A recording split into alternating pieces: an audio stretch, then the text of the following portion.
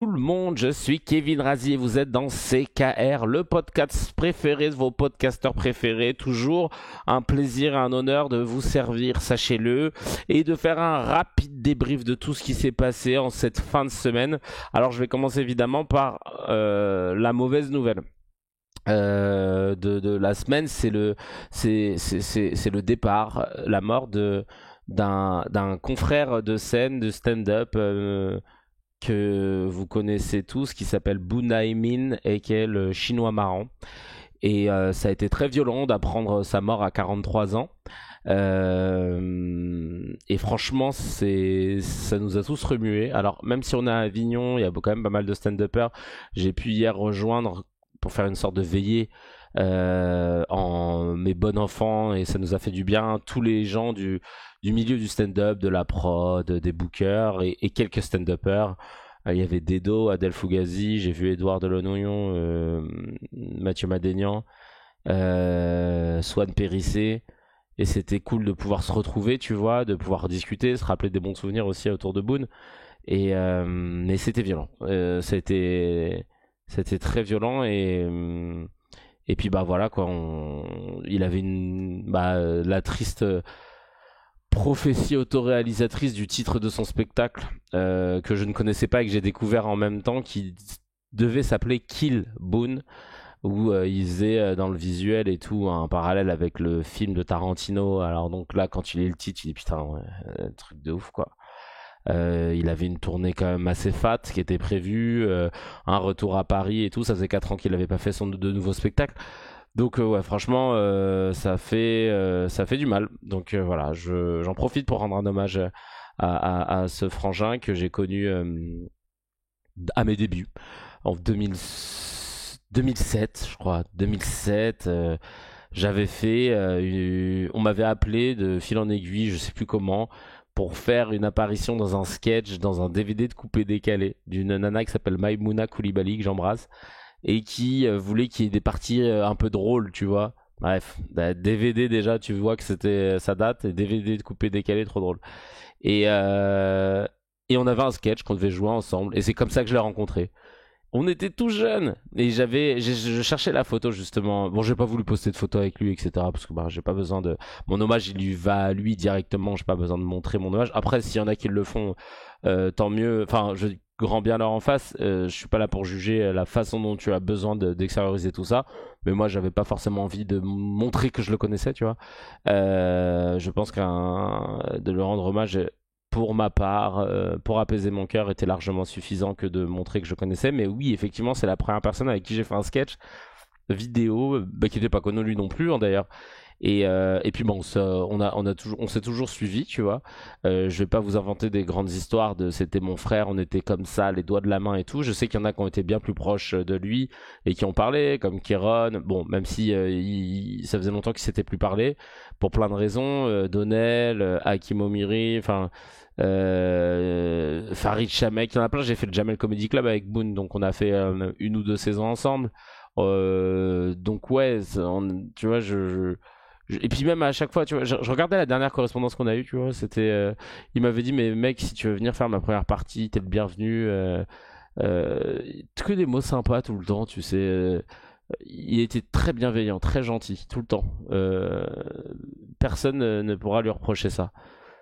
Ouais, ouais, j'ai été au Jamel Comedy Club pendant 3 saisons, de 2012 à 2012, 2013, 2014. J'ai fait 3 saisons. Ouais. Donc voilà, donc bel hommage et grand hommage. Non, c'était pas avant Ondar, c'était en même temps qu'on ne demande qu'à en rire.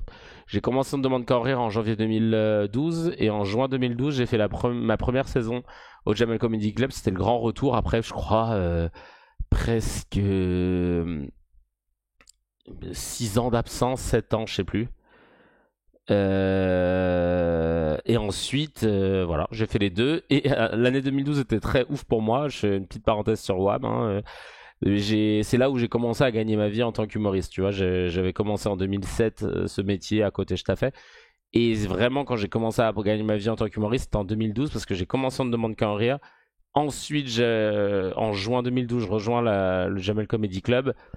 Et en novembre 2012, on monte le studio Bagel avec Jérôme Niel, Mister V, Greg Guillotin, Kemar, Maxime Muscan, Atou,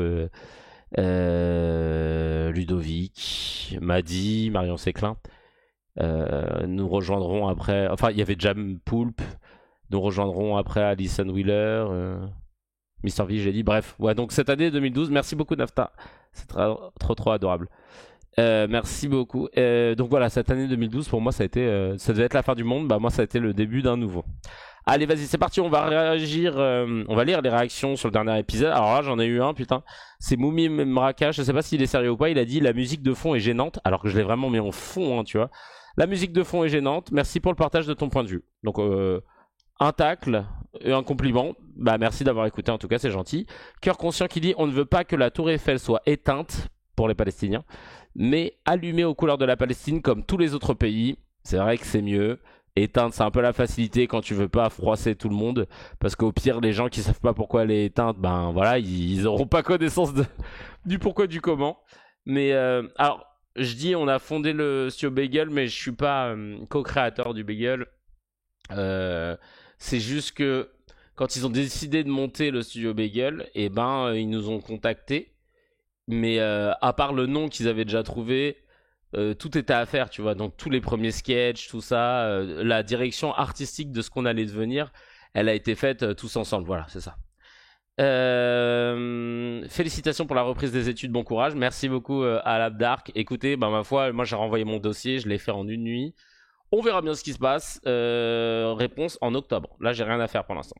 L'esprit de Dan qui dit « Attends, je ne suis pas d'accord avec tout ce qui est dit, mais je suis catholique et j'ai trouvé la cérémonie des JO hautement blasphématoire. Il ne se serait jamais permis d'aller aussi loin avec une autre religion. Personne n'a eu de mots pour ceux comme moi qui se sont sentis insultés. » Ah bah, je trouve quand même qu'il y a eu beaucoup de mots. Hein. Parce que même les non-religieuses ont parfois été mal à l'aise avec certaines symboliques. Ou les non-cathos, je veux dire. On nous a juste dit de bien vouloir fermer nos gueules. Je suis donc très méfiant quant à cet entrisme si important. Bah...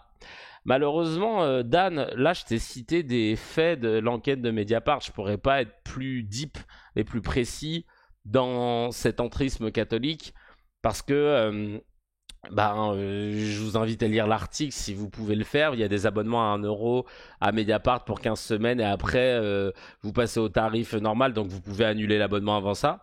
Mais il y a tout qui est noté. Tous les comme ils disent les prélats, les diocèses, comment ils ont fait pour influencer les décisions politiques de Sarkozy, ses prises de parole, etc. Donc ça parle de l'épisode Sarkozy, hein. Ça parlait pas de là maintenant Macron, même s'il doit peut-être y avoir encore des gens qui sont en place, mais là c'était vraiment sur cette période-là. C'est peut-être ça aussi la confusion. J'ai connu Marion à l'époque où elle était turbo-harcelée par le Raptor. Ouais. C'était une dinguerie d'ailleurs. Franchement, la pauvre Marion que j'embrasse d'ailleurs parce que c'est trop une bête de pote. Petite news HMD. Allez, hop. Marine Le Pen est déboutée. Et oui, et elle doit être dégoûtée d'être déboutée. Aïe, putain, c'est qui? C'est Nekfeu qui a écrit ce texte? Nekfeu. Un peu plus trop dire Nekfeu. Il est devenu dans la case problématique. CE2H, la Cour européenne des droits de l'homme, a rejeté la demande de Marine Le Pen qui réclamait une mesure pour suspendre sa peine d'inéligibilité. Donc elle reste inéligible pour le moment. Alors, pour rappel, hein, pourquoi on se réjouit, la présidente du groupe Rassemblement National à l'Assemblée nationale avait été reconnue coupable d'avoir mis en place un système de détournement de fonds publics pour payer les salariés de son parti avec l'argent du Parlement européen. Entre 2004 et 2016, Chacal, 12 ans, pour un montant estimé de 4,4 millions d'euros. C'est une dinguerie, on en parlera après. Ils ont eu une perquise et là ça a commencé à dire ouais on en a marre, c'est jamais arrivé sous la 5ème République alors que c'est arrivé à LFI, à LR, enfin tu connais, ils aiment trop se plaindre, ils aiment trop se plaindre. Donc voilà, c'est tout ce qu'on a à dire, merci, au revoir.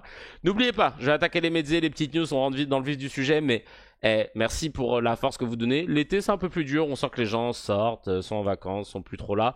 N'hésitez pas, même si vous m'entendez, si vous entendez cette voix, n'hésitez pas à signifier votre présence juste en likant. Ça vous permettra en fait de donner de la force, de remonter les épisodes si vous les écoutez sur YouTube ou sur les plateformes de podcast.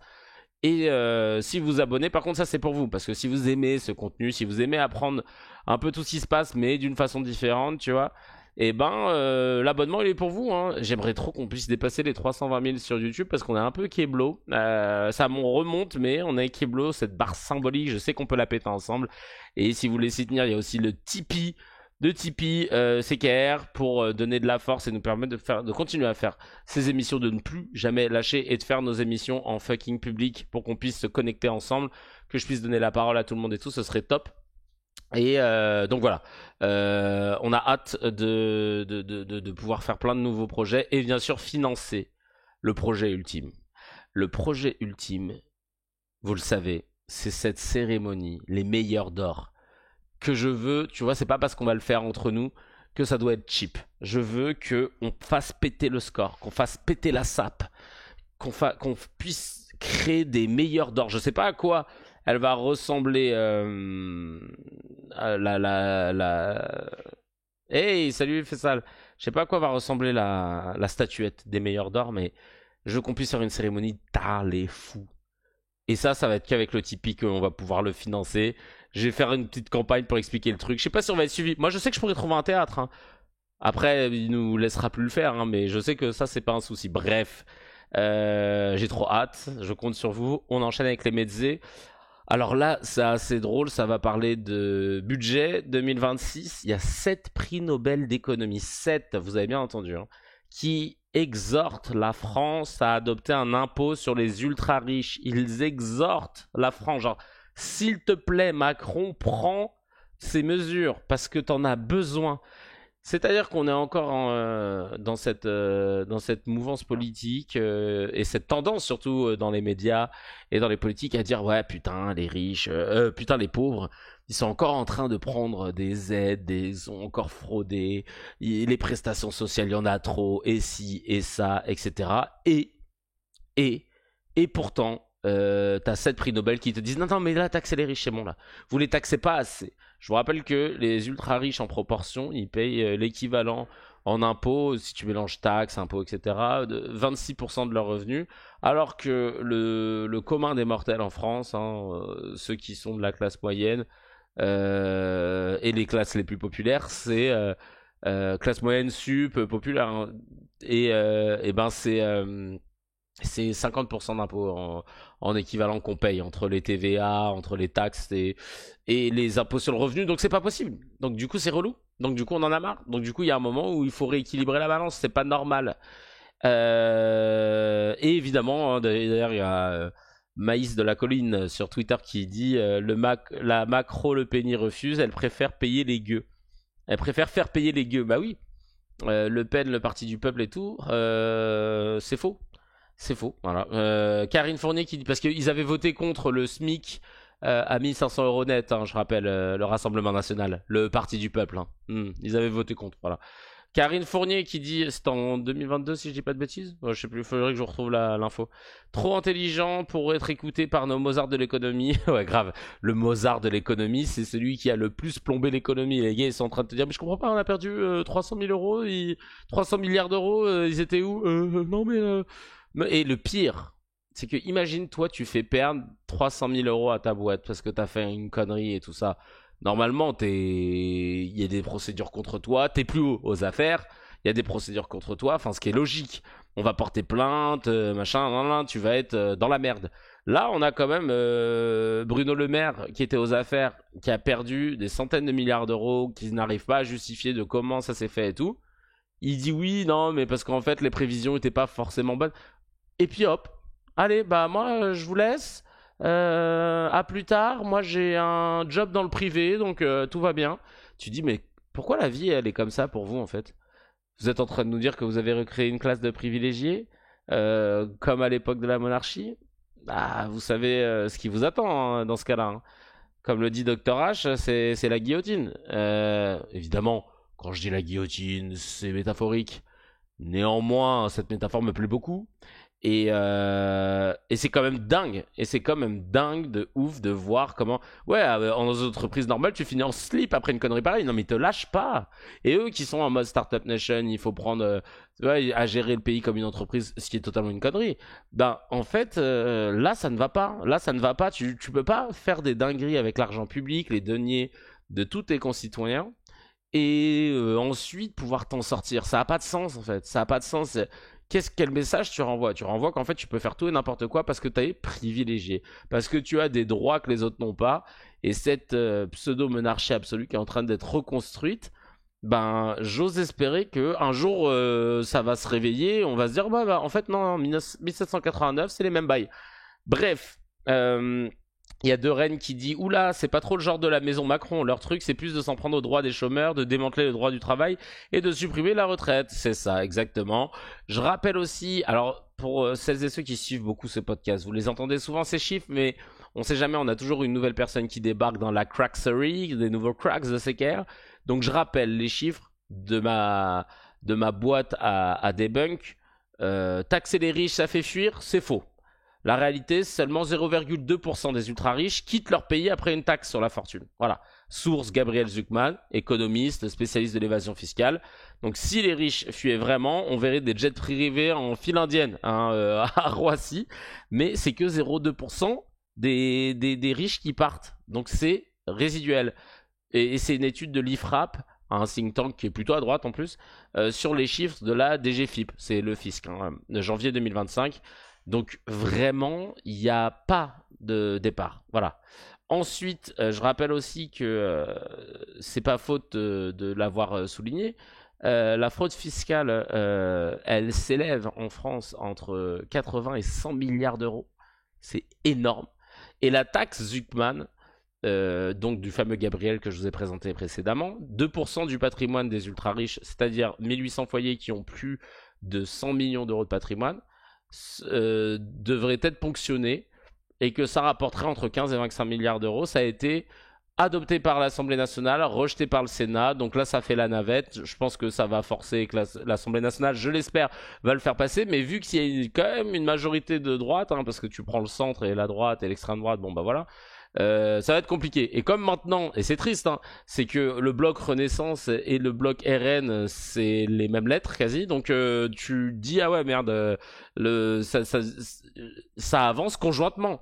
Quand on vous dit votez bien parce que le RN est aux portes du pouvoir, répondez-leur, chacal, ferme-la, ils ne sont pas aux portes, c'est eux qui tiennent la porte d'entrée, ils ont mis le pied pour bloquer, tu vois, le cale-porte. Donc il y a un moment, il faut arrêter avec ce truc-là, ils y sont, ils sont bien. Et donc la taxe Zucman, donc elle pourrait rapporter entre 15 et 25 milliards, c'est 2%, avec une extraterritorialité de l'impôt de 5 ans, donc ça veut dire que même si tu n'habites plus en France, etc., pendant 5 ans, tu devras quand même payer cette taxe. Franchement, 5 ans, c'est rien. Il pourrait le faire sur 10, ou il pourrait le faire ad vitam, comme les États-Unis, qui est un peu genre le modèle libéral, etc. Mais force est de constater que tout le monde s'en bat les fouilles. Allez, on passe à un autre sujet, le drapeau de la discorde. Il y a des CRS qui ont arraché des drapeaux palestiniens qu'un homme brandissait sur le Tour de France. Qu'est-ce que c'est que cette dinguerie? On va regarder ça. Est-ce que j'ai vu les images? Tu sais, le mec qui vous parle d'un truc, tu dis mais qui t'a préparé l'émission, Kevin? C'est pas toi qui la prépare? Peut-être pas en entier. Ça vous regarde pas. Alors c'est parti.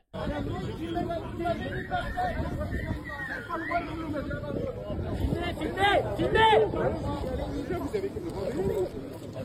Ah, vous faites mal! Vous faites mal, arrêtez! Arrêtez!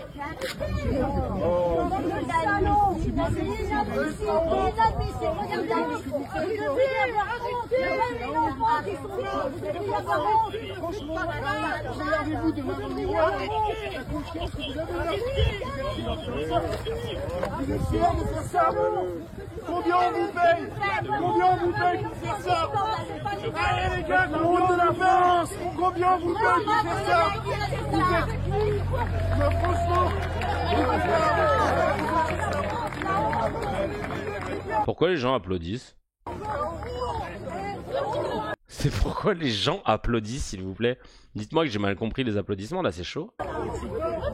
Vous inquiétez pas, c'est bon, personne ne vous agresse ici. Vous êtes venus nous agresser, c'est la honte que vous faites. Vous êtes juste des soutiens des génocidaires. C'est juste en fait que vous cherchez le c'est pas vos chefs qui vous ont demandé en plus. Et c'est pas vos chefs qui vous ont demandé en plus. Vous avez vu ce qu'il dit à la fin, le gars? Ça se trouve, c'est... tu sais, ça me rappelle comment dire, le défaut managérial qu'avait pointé Johan Chapoutot pour expliquer la mécanique du nazisme. Ouais, bel esprit d'initiative. Ouais, là, on s'est dit que ce serait bien de le faire. Je sais pas ce que vous en pensez, chef. Je pense que les CRS ont agi exactement comme je pense, ils pensaient que ça allait être...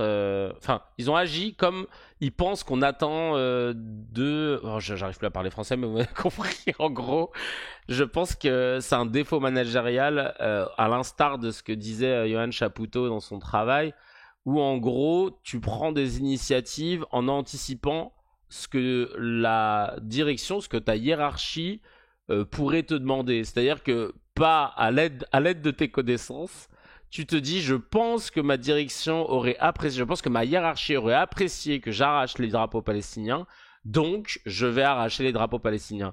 Sauf que je ne vais pas donc naturellement m'avancer un peu trop, mais il n'y a pas de loi à proprement parler qui interdise de brandir un drapeau palestinien dans la street. Je vérifie parce que tu connais la France. Je vais vérifier. Parce que là, je ne vois pas.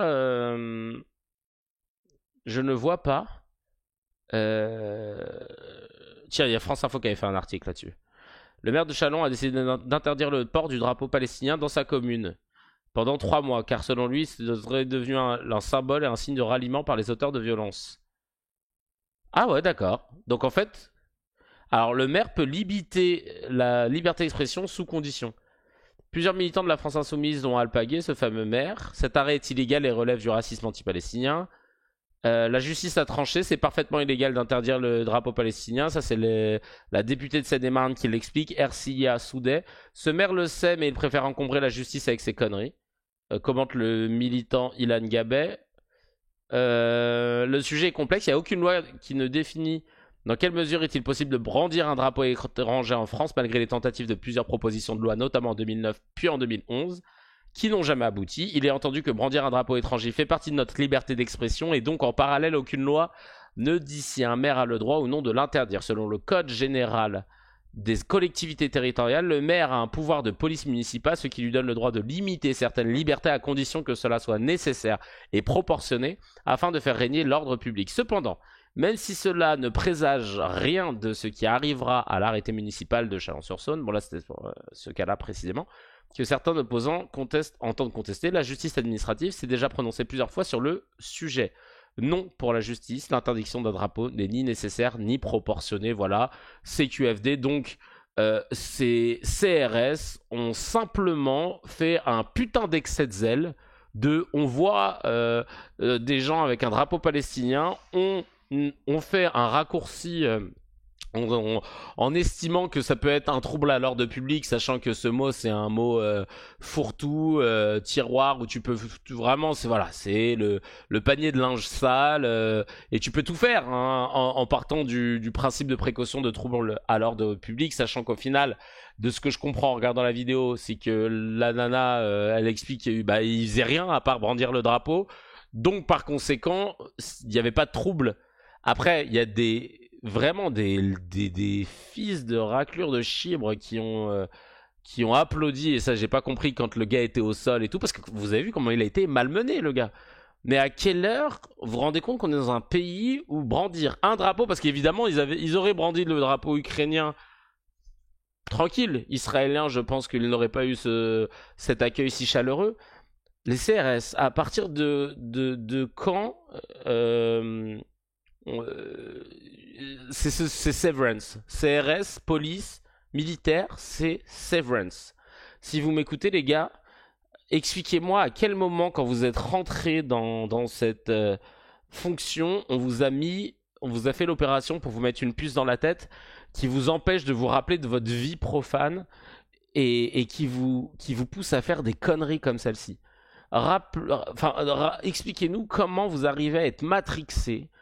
Cette histoire de puce, pour moi, Severance, c'est réel sur ces forces de l'ordre, sur les militaires, sur tout ce qui est lié au maintien de l'ordre, parce qu'on est dans un régime qui ressemble au final à un régime fasciste, qui utilise exactement les mêmes armes que le régime fasciste, à savoir l'autorité via les forces de l'ordre. Mais bande de chacals, vous comprenez pas en fait que vous, c'est nous, et inversement, que quand vous déposez les armes et le gilet pare-balles et que vous rentrez à la maison, vous n'êtes pas dans le 16e, vous n'êtes pas à Villa Montmorency ou sur l'île Saint-Louis, hein, entouré que de gens qui vous donnent des ordres. En fait, vous êtes entouré de gens comme nous, des gens qui gagnent les mêmes salaires que vous, quasi, qui vont faire les courses aux mêmes endroits et qui traversent les mêmes galères. Donc je comprends pas comment on arrive à faire ce switch on-off dès lors qu'on est en service. Je te jure, ça me rappelle toujours cette histoire du mec à la salle de sport que j'avais rencontré, qui est super sympa et qui est CRS gilet jaune. Et quand tu lui dis, mais putain, pendant les manifs gilet jaune, alors t'es pas... et il te dit, bon ouais, bah non, bah c'est le boulot, hein, de toute façon... Mais moi je suis gilet jaune, hein, dans la famille on est tous gilets jaunes et tout. Tu dis bien putain. Franchement non ça devient dingue. Hein. Ça devient dingue. Tiens, il y a un commentaire. Severance, c'est une série sur Apple qui est génialissime. Même si la fin de la deuxième saison, enfin la deuxième partie de la deuxième saison, un peu plus lente, un peu plus chiante. En gros, Severance, c'est une série... Ah bah il y a quelqu'un qui lui a répondu déjà. Ok. C'est une très bonne série où en gros le principe c'est quoi? C'est que tu as une boîte, l'Humaine, qui embauche des employés et qui par contre a une condition, c'est que si tu travailles pour l'Humaine, tu acceptes de te mettre une puce dans la tête. Cette puce en gros elle te permet de, quand tu arrives au taf, d'oublier toute ta vie profane, ta vie de l'extérieur. Donc tu te rappelles que tu t'appelles Kevin, que tu as 37 ans, y a pas de souci. Tu sais que tu as une vie à l'extérieur, mais tu sais pas du tout quelle est cette vie, où tu habites, si tu es seul, si tu es accompagné, si tu as des frères et sœurs, etc. Toutes ces infos-là, tu les as plus. Tu sais juste que tu bosses dans une boîte et que tu as une vie à l'extérieur, mais tu connais pas ta vie à l'extérieur. En revanche, quand tu rentres dans la boîte, tu te rappelles de tous tes collègues qui sont présents et qui sont dans le même cas que toi. Et vous, de temps en temps, à la pause café, vous aimez bien vous dire, putain, ça se trouve, mon exter, il dit ça. Donc c'est lui, mais dans la vie extérieure. Il aime ci, il aime ça, il fantasme un peu sur ça. Mais c'est surtout qu'ils se concentrent que sur leur travail et ils manipulent des données qui sont confidentielles, ils peuvent le faire et tout. Même si même eux, ils comprennent pas trop ce qu'ils font, hein, c'est en mode bullshit job, c'est aussi une critique de ça. David Graeber, hein, pour celles et ceux qui connaissent. Et ensuite, une fois la journée finie, ils ressortent du taf. Et quand ils sortent du taf, et ben alors là, pour le coup, ils se rappellent de toute leur vie à l'extérieur. Ils ont des familles, des enfants, où ils habitent et tout. Donc ils retournent à la maison, machin. Par contre, si tu leur dis alors le boulot c'était comment, ils vont dire bah je crois que c'était bien, mais ils ne se souviennent pas de leurs collègues. Voilà. Donc ils arrivent à compartimenter exactement, Andrea, leur life entre la vie perso et la vie pro. Ça permet de... Bah c'est horrible au final, et on le comprend au fil de la série. Et là, je pense que les CRS font ça. Je pense que les CRS, les policiers et les militaires font ça. Parce que si demain tu leur dis, mais vous servez qui? Et ils vont dire, nous on protège et on sert le peuple. Tu leur mets une highlight best-of 2010-2025 de leur meilleure performance. Tu vas les voir que taper les gens du peuple, quoi. Majoritairement. Donc t'as envie de dire, bah les gars, ça va pas, quoi. Ça va pas, les gars. Bref. Donc énormément de réactions. Il y a sur Twitter, il y a Jem Onemut qui dit, la France est devenue cet état où un drapeau palestinien dérange plus que les crimes de guerre, où la dignité est une menace et où la honte nationale se cache derrière des CRS. Il y a aussi la soumission à l'autorité de Milgram, l'expérience de Milgram. C'est exactement ça. C'est exactement ça, mais c'est scandaleux. C'est scandaleux de voir qu'on n'écoute pas les chercheurs, putain. On est dans une époque où on n'écoute plus les chercheurs, on regarde plus ce qui a été fait avant, on veut pas écouter les chercheurs, c'est trop chiant, voilà. Et d'ailleurs, quand je vous dis ça, petite parenthèse, sur BFM, il y avait une vidéo de Blast, allez voir, qui est génialissime, avec, c'est un binôme. Un gars qui est chauve et une nana qui doit s'appeler Marina, et lui Eureka, je crois, un truc comme ça. Il a une chaîne YouTube, et sur Blast ils ont fait une vidéo. sur les économistes montrés régulièrement dans les médias. Et il s'avère que les Nicolas Dose et compagnie qui sont sur BFM sont présentés comme étant des économistes, SCI, journalistes, sauf qu'ils n'ont pas fait de thèse en économie ou même parfois quasiment carrément de ils n'ont pas de diplôme en économie. Voilà, c'est des gens qui ont fait des écoles de commerce, qui ont été gestionnaires de patrimoine, qui connaissent l'économie, donc qui seraient habilités à parler avec des économistes pour pouvoir vulgariser ce que l'économiste a dit. Mais non, que nenni, ils sont présentés comme économistes. C'est une dinguerie. Blabla qui dit drapeau palestinien arraché par les CRS en France, articles 10 et 11 de la Déclaration des droits de l'homme et du citoyen, liberté d'opinion et d'expression bafouée. On n'a même plus le droit de soutenir une cause, de montrer une solidarité. Quand un drapeau dérange, c'est qu'on a franchi un cap grave. Je suis totalement d'accord. C'est scandaleux. Et enfin, Sofiane qui dit la France de Vichy encore et toujours complice d'un génocide. On ne peut qu'approuver ce que dit Sofiane, parce que là, c'est une collaboration qui ne dit pas son nom. Mais clairement, à partir du moment où tu as les forces de l'ordre qui vont malmener un gars qui portait un drapeau palestinien de façon très violente, t'as envie de dire, ben les gars, vous bossez pour qui en fait? Vous bossez pour qui? Et puis tu vois que les mecs, ils sont là en mode cow-boy, ils savent pas ce qu'ils font, mais ils le font, et ils pensent qu'ils sont dans leur bon droit. Tu sais, les gens, vous comprenez pas, nous, on sait ce qu'on fait, on est l'élite. Ah, Chacal, pas du tout là. Là, tu nous as rien prouvé. On continue avec le RN, tiens, ouais, la perquisition qui a été menée au siège du Rassemblement National par les policiers de la brigade financière. La perquisition, elle est liée à une information judiciaire concernant le financement des campagnes, ça je vous l'ai dit là-haut, notamment pour la présidentielle de 2022, les législatives de 2022 et les européennes de 2024. Donc encore une fois, il y a des chances qu'ils aient volé l'argent du peuple, hein, car je le rappelle, cet argent provient des impôts. Ils ont érigé le vol en système. Et ils continuent de casser les couilles de tout le monde avec ceux qui grattent, ceux qui profitent, machin. Mais c'est quand même dingue, hein. Bardella qui fait tout un laïus pour dire ouais, vous vous rendez pas compte, c'est la première fois qu'on voit ça, c'est du jamais vu. Bah si, ça a déjà été vu plein de fois. Non, mais ouais, peut-être, j'avoue, je sais pas, tu connais, moi je connais pas, je maîtrise pas mes sujets, mais je suis en haut des sondages, donc je m'en fous. Ça c'est quand même dingue, hein. On a un des mecs les plus médiocres possibles en politique, qui maîtrise aucun sujet, qui se fait vraiment prendre par tout le monde, littéralement. C'est vraiment le mec nul au ping-pong. Tu sais que quand tu tombes sur sa table, tu fais oh vas-y, ça a duré 2 minutes le match quoi. Mais lui par contre, quand tu regardes le classement, il est tout en haut. Tu dis bah chelou parce que tout le monde l'a battu, je veux dire je lui ai mis un 11-0, elle lui a mis un 11-0 je crois. Toi aussi ouais, tout le monde ouais, bah je comprends pas. Bah non, bah, c'est comme ça. C'est les sondages. Malgré les multiples condamnations, les perquisitions qui ont lieu presque chaque mois, des millions de gens vont continuer de voter pour ce parti uniquement par pur racisme, par pure haine de l'autre, par ignorance, par rejet, parce qu'on se fait avoir par le discours, par l'émotion et pas par les faits, par les chiffres. Et c'est ça qui est scandaleux, c'est qu'on peut sortir les plus gros dossiers du monde, ça va, c'est pas grave. C'est KF Burger qui disait ça sur Twitter. Et Professeur Strauss qui dit MDR, ce qui est ouf, c'est que les électeurs du RN avec leur cerveau développé, dont juste omnibulés par l'islam et les arabes, défendent leur parti alors qu'ils ont fait pire que les autres en détournant des millions. Ils sont en train de défendre des politiques qui grugent. Ouais, ben c'est ça en fait.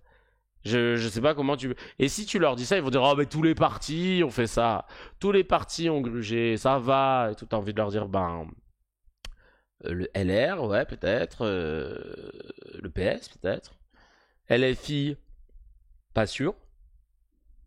À vérifier, mais je crois pas.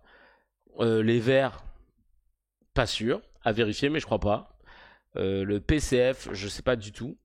Mais parce que c'est quand même un vieux parti, le PCF, mine de rien. Mais en vrai, beaucoup de partis. Mais pas tous les partis, en fait. Donc, bref. Alors là, c'est une info assez dingue et ça fait plaisir. L'Espagne, l'Irlande et plus de 20 pays se réunissent à Bogota, en Colombie, les 15 et 16 juillet.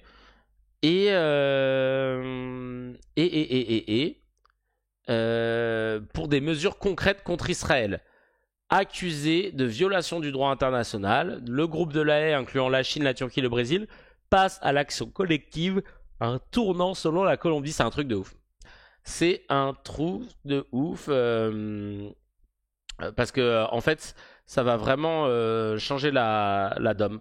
Ça va vraiment changer la donne parce que, bon, évidemment, la France n'est pas là. Hein, c'est pas où est Charlie, c'est où est la France. Hein. Je comprends pas. Là, mesures concrètes contre Israël, non? Non, pas envie, flemme, j'étais pas dispo. Il y avait plus de vol vers la Colombie, tu sais, nous on est écolo, on prend le bateau. C'est dingue, hein, encore une fois la France. Encore une fois la France qui nous montre... L'Assemblée de Corse a reconnu la Palestine, ouais. On en avait parlé dans un épisode, c'est vrai, mon amen. Mais non mais c'est dingue. Je ne comprends pas pourquoi ça a été si long et la honte pour la France de ne pas y prendre part. C'est Domi Jeannès qui dit ça. La Lalande qui dit bravo à ces pays. Un peu tard, mais mieux vaut tard que jamais. Et ouais, et non, franchement, ça fout la rage. Ça fout la rage. Je vais arriver sur un gros sujet. Rachel Kahn. Rachel Kahn qui a évidemment... son petit poste chez CNews, qui depuis 2 ans, 3 ans, et avant était présentée comme une actrice essayiste noire, mais depuis 3 ans elle est plus noire, elle est juive. Elle va au gré des opportunités, hein, clairement là. Parce que moi quand je l'avais reçue dans Rendez-vous en 2018, un truc comme ça, c'était pour venir présenter un livre co-signé avec plusieurs actrices noires qui s'intitulait Noir n'est pas mon métier. Elle était venue avec Charles Soignon sur le plateau, si je dis pas de bêtises. Et là c'était pour parler de toutes les horribles choses qu'elle a vécues en tant qu'actrice noire. Et puis là, depuis quelques temps, ça y est, hop, non, en fait, je crois que je peux faire plus de télé, je peux manger un peu plus si je change de casquette. Et elle est devenue, mais exécrable et d'une médiocrité abyssale. On va regarder ensemble une vidéo. Si CNews sont des toilettes, c'est du caca qui sort de la bouche de Rachel Kahn. On aurait pu l'appeler Rachel Kakan. Alors... On va regarder là. La vidéo est assez dingue. Elle dit des trucs, elle invente des concepts pour discréditer Rima Hassan. Encore Rima Hassan, hein. Ils ont le mort sur Rima Hassan. Je suis même étonné et on touche du bois qu'elle soit préservée le plus possible, cette Rima, parce je pense qu'il serait capable de se réjouir qu'elle se fasse tuer. Il serait capable de dire non, on peut pas se réjouir de la mort de quelqu'un, mais c'est vrai que voilà, elle a cherché pendant longtemps. Je suis sûr qu'il serait capable de dire ça. Je suis sûr, mais vraiment, hein, je vous en mets mon ongle à couper. C'est parti, on va regarder ça et on va arrêter de temps en temps pour souffler. Par autant de merde sortie de la bouche d'une seule personne, hein. C'est même pas plusieurs. Bon, on a bien compris qu'elle préférait brandir le kéfier que le drapeau français, et puis toujours... excusez-moi, mais toi, tu préfères brandir le ruban jaune que le drapeau français aussi, si je ne m'abuse. Là, c'est du kiff-kiff. Hein. Avec cette forme de victimocratie, ce palestinisme, cette palestinocratie aussi, c'est-à-dire que plus en... Attends, qu'est-ce qu'il y a? Palestinisme, palestinocratie. Alors on va la laisser expliquer, hein, parce que je crois que là, elle a juste voulu sortir des mots et qu'elle sait pas ce qu'elle a dit là. Là, elle s'est dit merde, j'ai sorti tout ce que je pouvais avec toutes les déclinaisons. Elle a inventé des mots et là, elle se dit putain, faut que je les définisse maintenant, merde.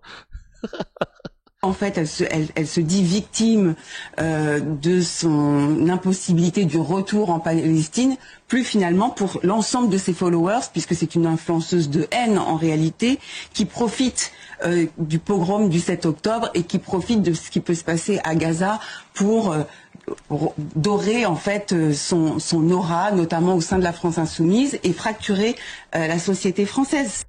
Il y a Pastorati qui a dit c'est du chalgoumisme à ce niveau-là, mais tellement. Vous vous rendez compte que là, elle a lâché 2 blazes. On va revenir là-dessus, hein. Palestinisme et palestinocratie, on ne sait toujours pas ce que ça veut dire. C'est l'histoire d'une trahison.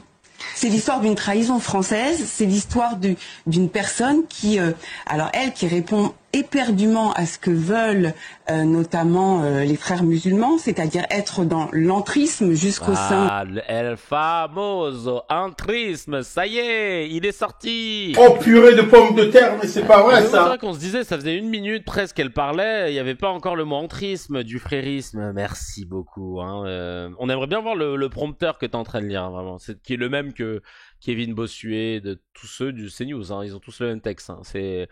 T'as 6 personnages, mais tout le monde peut jouer le même texte. C'est tiki-taka. Hein. C'est Lucho, c'est Luis Enrique. C'est chacun ça permute, ça prend le poste de l'autre. C'est assez rapide. Hein. Du Parlement européen, de fracturer la société. Elle répond aussi finalement à cette logique d'ennemi de la République, de haute trahison à la limite. Putain, elle essaye depuis tout à l'heure de trouver tous les adjectifs, tous les superlatifs possibles pour la discréditer, c'est incroyable.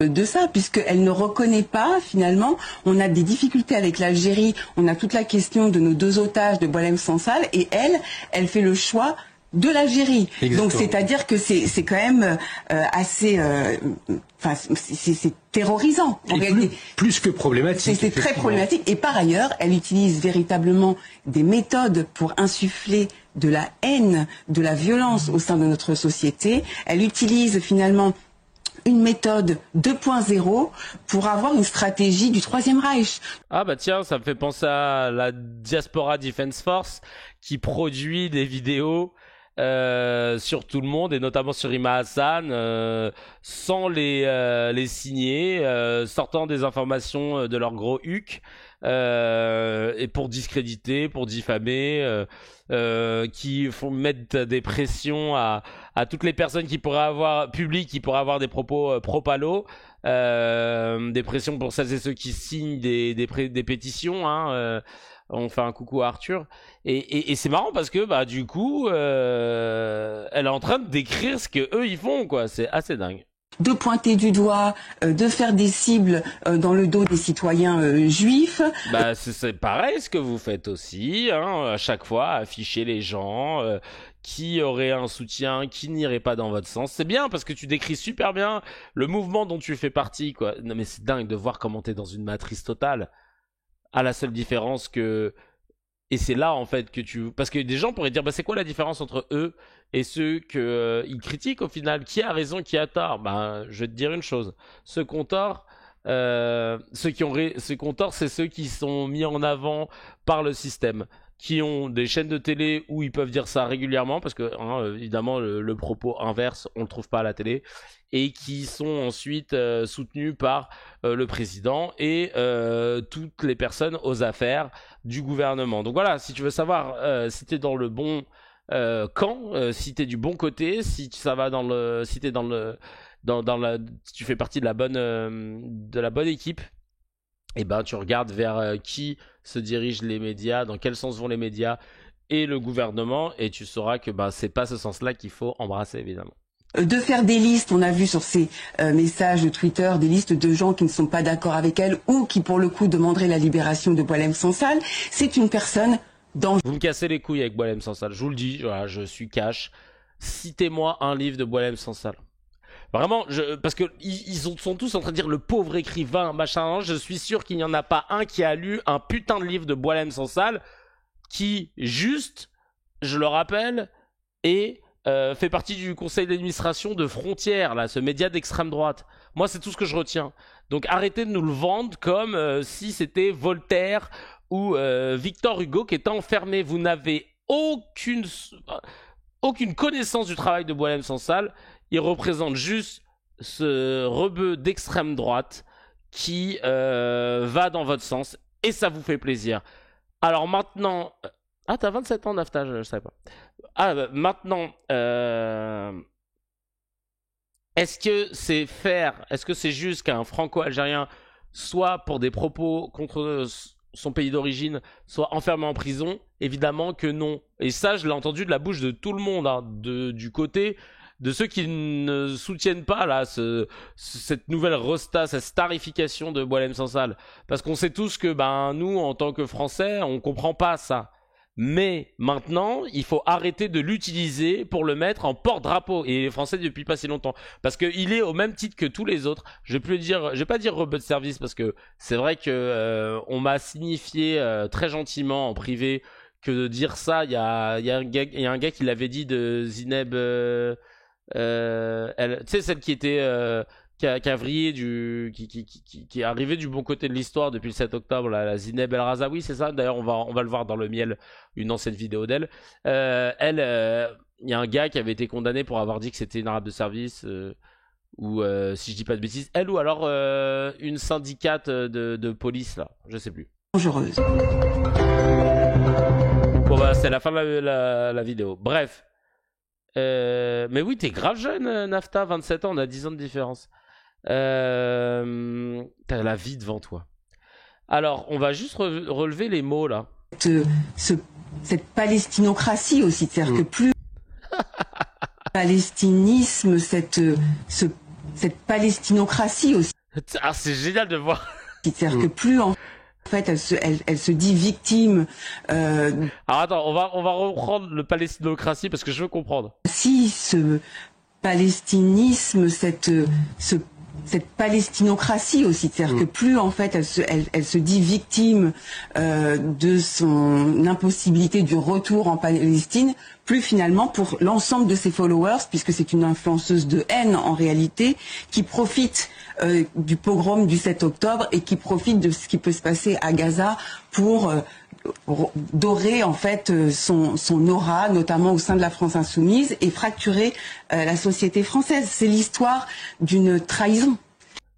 La phrase est longue et elle ne veut strictement rien dire. J'aimerais qu'on puisse la noter pour qu'on essaye de démêler les cartes. Et oui, c'était Linda Kebab. Voilà, cherchez le nom, pardon, excusez-moi.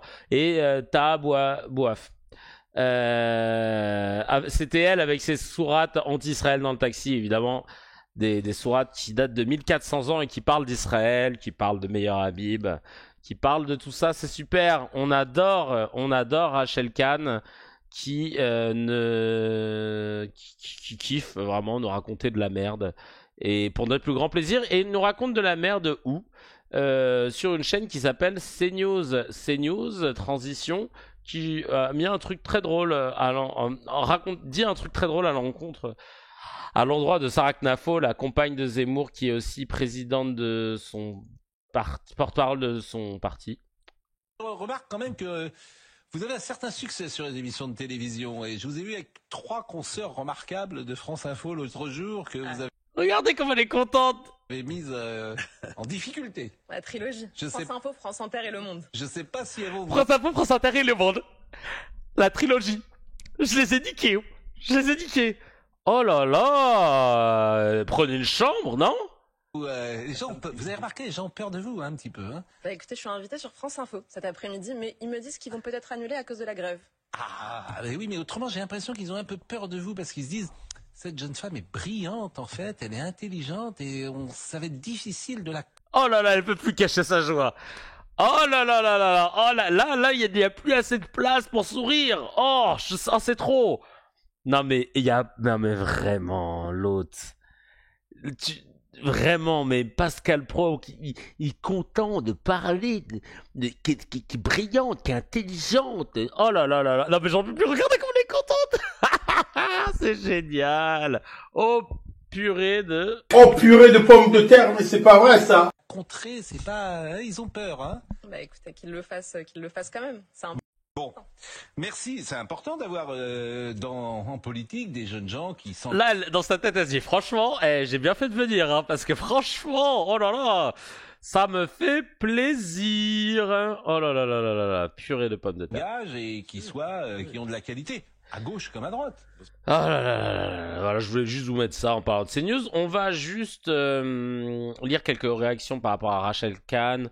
Qu'est-ce qu'ils ont dit? Loupa Del Sol qui dit elle avait une liste de mots-clés, elle a réussi à les associer pour faire des phrases, on dirait une IA. C'est tellement vrai. Ce palestinisme, cette palestinocratie, mais ça veut rien dire. Cousine, on sait pas ce que t'as voulu dire. Vraiment, je comprends pas. Genre, dis-nous. Vraiment, c'est vrai que tu as sorti, on dirait, je vais vous dire qui on dirait. Tu sais quoi? Je vais vous mettre la vidéo. Voilà. Vraiment, pour moi, voilà qui j'ai vu. Rachel Kahn quand elle essaye de... Quand elle, quand elle essaye de dire des mots. Voilà, j'ai vu qui. Bonjour. Bonjour, monsieur Fidèle. Le nom de mon père, c'est le nom du papa du savant de la République, Edi Malou, Renaissance africaine comparée à la RENAC. Vous vous appelez comment? Edi Malou, le premier savant de toute la République démocratique du Congo. Edi Malou.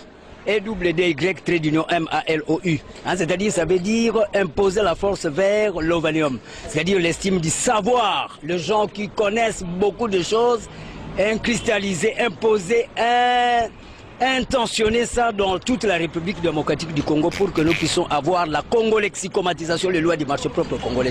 Monsieur. Voilà, c'est vraiment... C'est exactement...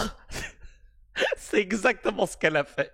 Elle s'est dit, je vais d'être ça, la congo-lexicolonisation de la palestinocratie, de la palestinisme, de l'estime, de la Palestine, de soi, oh là là là là, mon frère. Elle a dit de la D dans le plus grand des calmes et personne l'arrête. Hein. Ah bah ouais, évidemment. Dans le plus grand des cannes, on va dire. Hein. Elle nous a canné. Madame Rachel Kahn, tiens, il y a quelqu'un Marc Fèbre qui l'a tweeté. Dans ce discours pro-génocidaire, pourriez-vous nous expliquer en quoi c'est une victimisation de dénoncer des colonisations et des crimes de guerre comme ceux qu'ont pourtant connus vos ancêtres? Je te jure, non mais je te jure. Ferme-la, en vrai de vrai. Hein? C'est mieux. D'accord? Merci. Au revoir. Ah oui, non, mais depuis le 7 octobre, elle s'appelle Kahn Rachel. Hein. Avant, c'était Rachel Kahn. Mais là, depuis le 7 octobre, je suis de la famille. Hein. Non, faites pas attention. Hein. Je suis des vôtres. Voilà. J'ai mis le jaune d'œuf. Voilà, je l'ai mis. Hein. J'ai tout mis. Et dire qu'elle vient du mouvement hip-hop. Ouais, bref. Quand le Figaro invite l'ancien ministre de l'Éducation nationale, Jean-Michel Blanquer, ça donne quelque chose. Bah, Figaro aussi, apparemment, c'est les toilettes, hein, on va pas se mentir. On va voir les infos, ce qu'a dit cet ancien ministre de l'Éducation. Je rappelle hein, qu'il disait que Jean-Michel Blanquer, il disait que les élèves musulmans en primaire ne voulaient pas s'asseoir sur les chaises de couleur rouge parce que le rouge, c'était la couleur de l'islam. Non, pardon. Le rouge, c'était la couleur du diable en islam. Voilà. Et donc, c'est pour ça que les élèves... Hein, vous avez sûrement des anecdotes à nous raconter, hein, s'il y a des musulmans qui nous écoutent, de vos enfants qui refusent, parce que vous leur avez appris hein, à ne pas s'asseoir sur des chaises de couleur rouge en primaire, parce que c'est la couleur du diable, hein, on le sait tous. Non, mais tout le monde le sait, cette couleur qui représente hein, le chétan, c'est pour ça. Alors, c'est parti. Pour moi, dire que l'islamo-gauchisme n'existe pas, c'est un peu comme dire que la Terre n'est pas ronde, si vous voulez. C'est-à-dire, voilà. Ah, non. Pour moi, de dire que l'islamo-gauchisme n'existe pas, c'est comme de dire que la Terre n'est pas ronde. Ah, d'accord. Il y a des islamistes, je pense que Attends. De dire que l'islamo-gauchisme n'existe pas, c'est comme de dire que la Terre n'est pas ronde. D'accord. Donc en gros, c'est un pléonasme, c'est une connerie, Personne ne le nie, pas même les islamistes. Il y a des gauchistes, il y a une extrême gauche, personne ne le nie, pas même l'extrême gauche. Il y a des convergences entre les deux. Je crois que même ça, personne ne le nie, même les acteurs eux-mêmes. À partir de là, vous appelez ça islamo-gauchisme, gauchismo-islamisme, vous choisissez le mot que vous voulez, mais le fait est que le phénomène existe, la chose existe. Pour moi, dire que l'islamo-gauchisme n'existe pas... Ok, autant pour moi, il a juste dit ça. Donc lui, il estime que l'islamo-gauchisme existe, alors que tous les chercheurs et les étymologues te disent que ça n'a scientifiquement, structurellement, étymologiquement, aucune assise et que ça ne représente rien du tout. Les chercheurs sont unanimes là-dessus, ils te disent non, cette association de mots n'évoque rien du tout, ne s'appuie sur rien du tout. Voilà, c'est du vent. Il n'y a aucune existence logique qui puisse associer ces deux mots. c'est du bullshit. Mais on a des politiques, des anciens politiques, des ministres, etc., qui continuent de balancer ce mot comme étant une vérité absolue. Et évidemment, quand on leur dit ce que vous faites, ça nous rappelle les heures les plus sombres de l'histoire, où à l'époque, on discréditait les personnes. Donc quand on était à l'aube de la Seconde Guerre mondiale, avec ce terme judéo-bolchevique, donc là tu mets le communiste avec le juif, c'est tout ce qu'on n'aimait pas. Là, on n'aime pas les gauchos, on n'aime pas l'islam, c'est islamo-gauchiste. Ah, on met tous un mot fourre-tout, c'est quand même dingue. C'est quand même dingue. C'est quand même dingue de se dire que ça a la peau dure, quoi, ce mot. C'est quand même assez scandaleux. Allez, je vais passer à la vitesse supérieure parce que j'ai plus beaucoup de temps. On a quoi, là? Le Andala prend la mer le 18 juillet pour briser le blocus humanitaire et dénoncer le génocide palestinien. C'est une nouvelle flottille qui part. Ah ben tiens, c'est qui? C'est la députée Emma Fourreau qui y va. Députée Parlement européen, LFI. Et ben, force à toi, Emma. Est-ce que là, on va voir si les politiques vont suivre? Comme il n'y a pas Rima Hassan, je pense qu'ils s'en battent les couilles, ils vont même pas regarder. David, et les médias surtout, je veux dire, je dis les politiques, mais les médias. David qui dit « Je vous suivrai à chaque instant et s'il le faut, allez dans la rue, j'irai insoumis un jour, insoumis pour toujours. » Youssouf Hassané qui dit « Bravo madame, vous avez le courage que ceux qui insultent n'auront jamais se battre contre l'injustice n'a jamais été facile. Le génocide contre les Palestiniens doit cesser évidemment. » Et bah bravo à cette députée, je rappelle son nom, Emma Fourreau, qui fait une mission, comme on l'a pu le voir, qui peut être périlleuse parfois. Donc force à elle en tout cas, mais ce sera intéressant pour nous, comme on fait de l'analyse médiatique et tout, de voir si les médias vont en parler ou pas. Évidemment, je pense qu'on a déjà notre réponse. Il n'y a pas Rima, il n'y a pas Sundberg. En tout cas, nous, on fera du bruit pour cette flottille, comme il se doit. On en parlera dans CKR pour donner des infos sur ce qui se passe. Là, c'est le milliardaire Pierre-Édouard Sterrin qui est le sujet de mon prochain Mezzé. Vous savez, celui qui est devenu riche avec les Smartbox, qui est donc à boycotter, parce que je vous rappelle que Pierre-Édouard Sterrin, c'est un milliardaire qui veut mettre en place un projet, Périclès, 150 millions d'euros d'investis pour promouvoir le patriotisme, les vertus, la droite catholique, créer des think tanks, former des maires pour que on puisse faire monter l'ultra droite catho. Et donc il est et d'ailleurs qui est patriote mais qui vit en Belgique parce qu'il trouve qu'on paye trop d'impôts.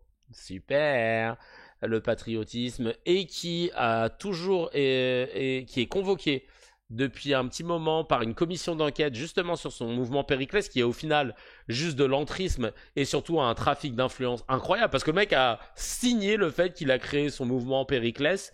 Périclès qui est l'acronyme, attention ça va faire froid dans le dos, acronyme qui veut dire attends, c'est dégueulasse en plus hein. Je l'ai plus là, attends. Périclès, c'était quoi déjà? L'acronyme fait tu vois tout de suite le bordel hein. Hop, voilà, Périclès.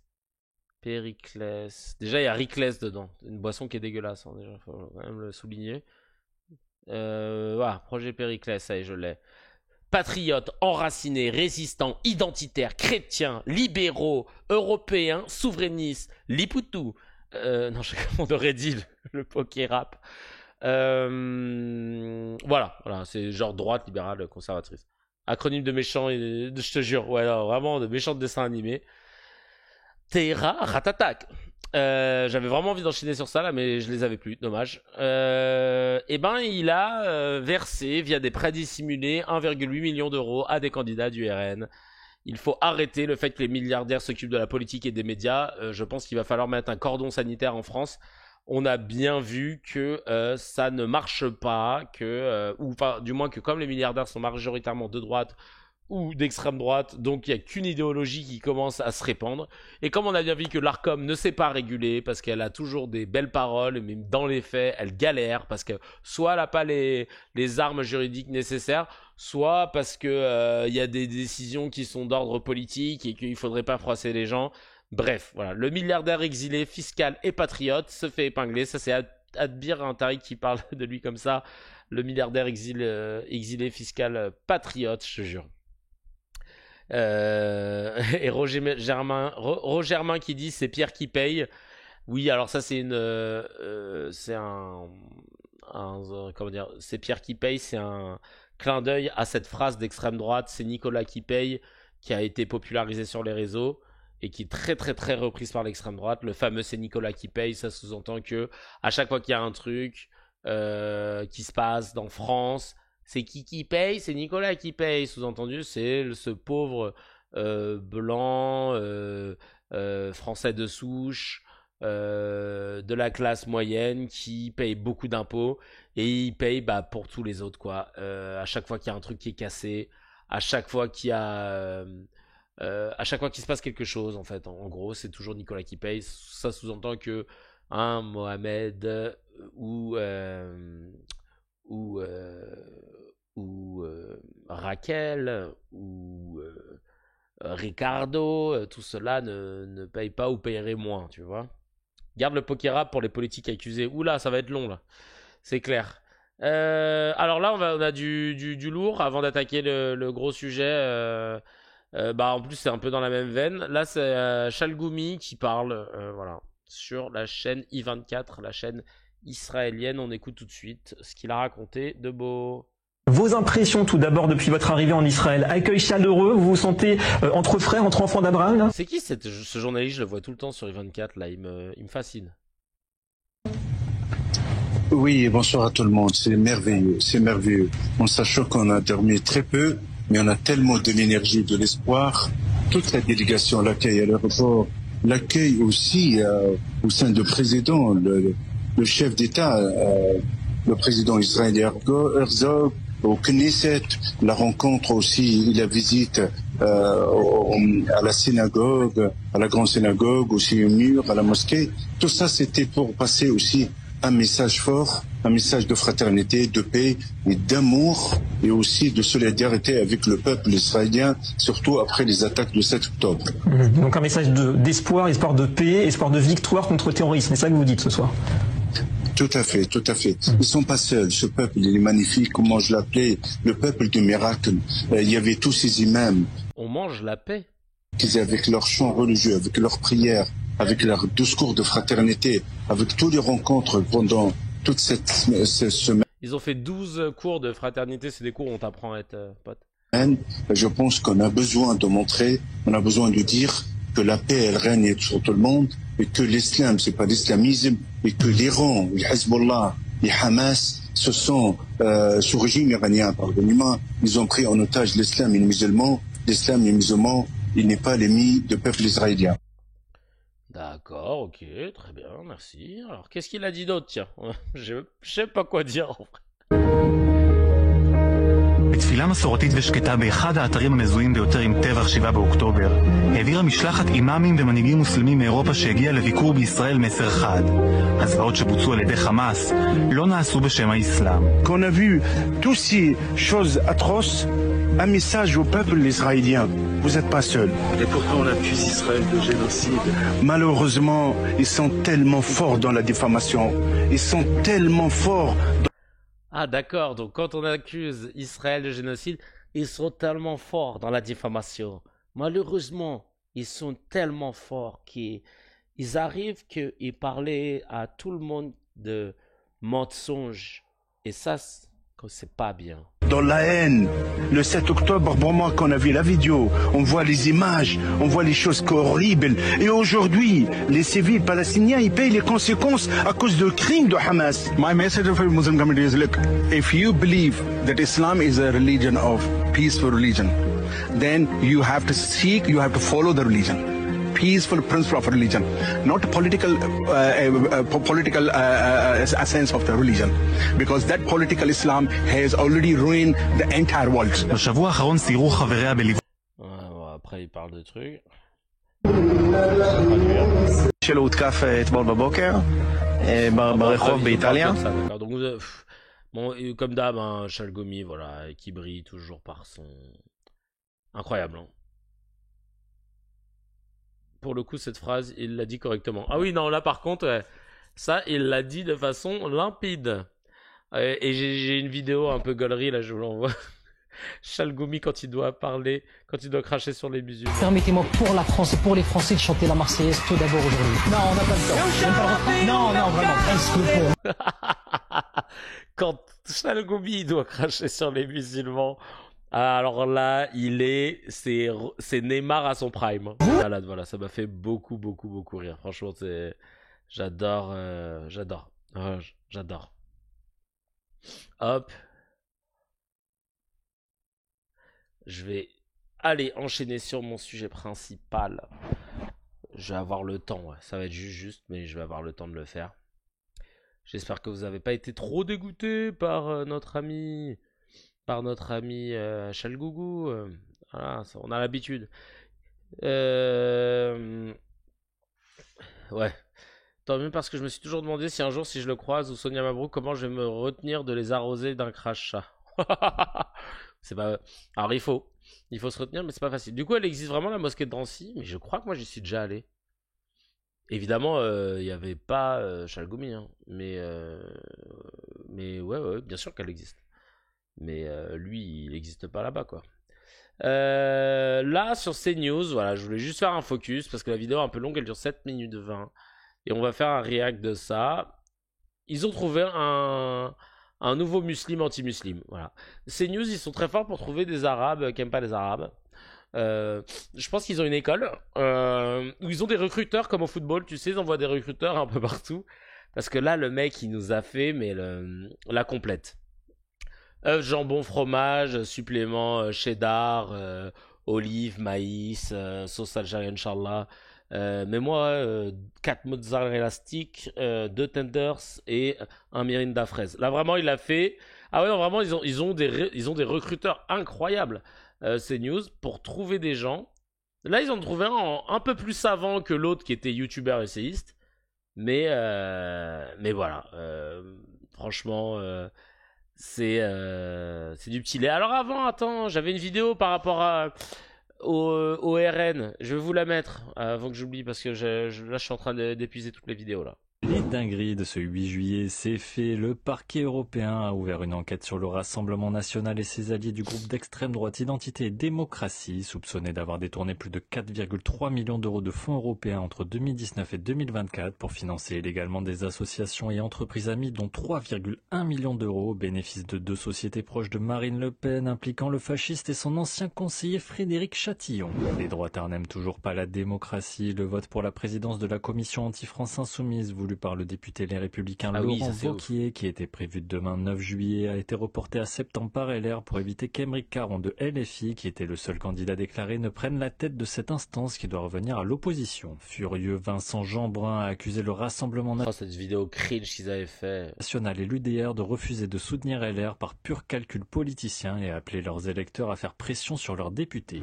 Dans l'Allier, on apprend que le conseil départemental Les Républicains, via sa vice-présidente Annie Corne, a engagé la société privée Tessie pour traquer les allocataires du RSA au mépris des libertés pour un coût de 50 000 euros. Cette entreprise Sympa ça, les droitards. aurait commencé à croiser les fichiers et consulte les réseaux sociaux des bénéficiaires pour détecter d'éventuelles incohérences. L'élu, qui est obsédé par les tricheurs et leurs 647 euros mensuels, justifie cette croisade anti-pauvre par une fraude estimée à 1,65 million d'euros, soit seulement 0,4% des prestations versées selon la CAF elle-même. C'est abusé. Vous vous rendez compte comment ils sont fous, les droitards? Ils sont là à traquer 1,6 million d'euros, soit 0,4% des prestations versées, alors qu'on parle d'une évasion fiscale qui est entre 80 et 100 milliards d'euros. Bande de chacals, bande de raclures de chibres, vous dégoûtez. Vous êtes là à traquer de la merde. Tu sais, on dirait que t'as un tas d'or qui est en face de toi, mais toi tu fouilles sous ton canapé pour être sûr de ne pas trouver des pièces de 2 centimes. Non mais là, regarde, là, il y a des billets de 500 partout. Non, mais attends, je sous le canapé quand même, s'il n'y a pas. Bande de raclures de chibres. De fromage de chibres, pardon, je me perds. De cheesecake, t'as un cheesecake de fromage de chibres. Voilà, Je rappelle que la fraude sociale en France est très majoritairement commise par les professionnels privés, pour près des 3/4, mais ce n'est sans doute pas un problème pour cette ancienne orthophoniste libérale. Attends, les chiens font pas des chats. Par ailleurs, un rapport d'enquête du Sénat rendu public aujourd'hui estime à 211 milliards d'euros le coût annuel des aides publiques aux entreprises. Vas-y, allez vous faire foutre, je peux plus écouter.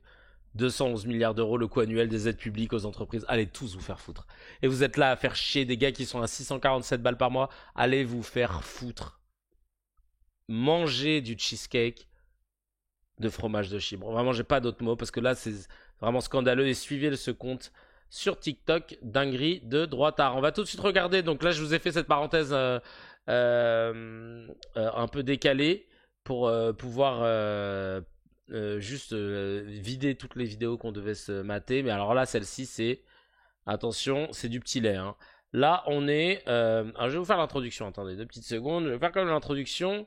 On parle c'est un mec qui s'appelle Al-Hussein, qui est apostat de l'islam. Évidemment, ils arrivent toujours à trouver des apostats. Apostat de l'islam, qui, du coup... vient parler, il est né en Arabie Saoudite, etc. Puis maintenant, il est en France. Il a étudié le Coran, il maîtrise, hein, il a tout lu, tout ça, puisqu'il maîtrise la langue arabe. Donc là, ils ont trouvé un vendu plus, tu vois. Tellement content de pouvoir venir. Et là, vous allez voir quelque chose d'assez rare sur CNews. Des Arabes qui ne se font pas couper la parole.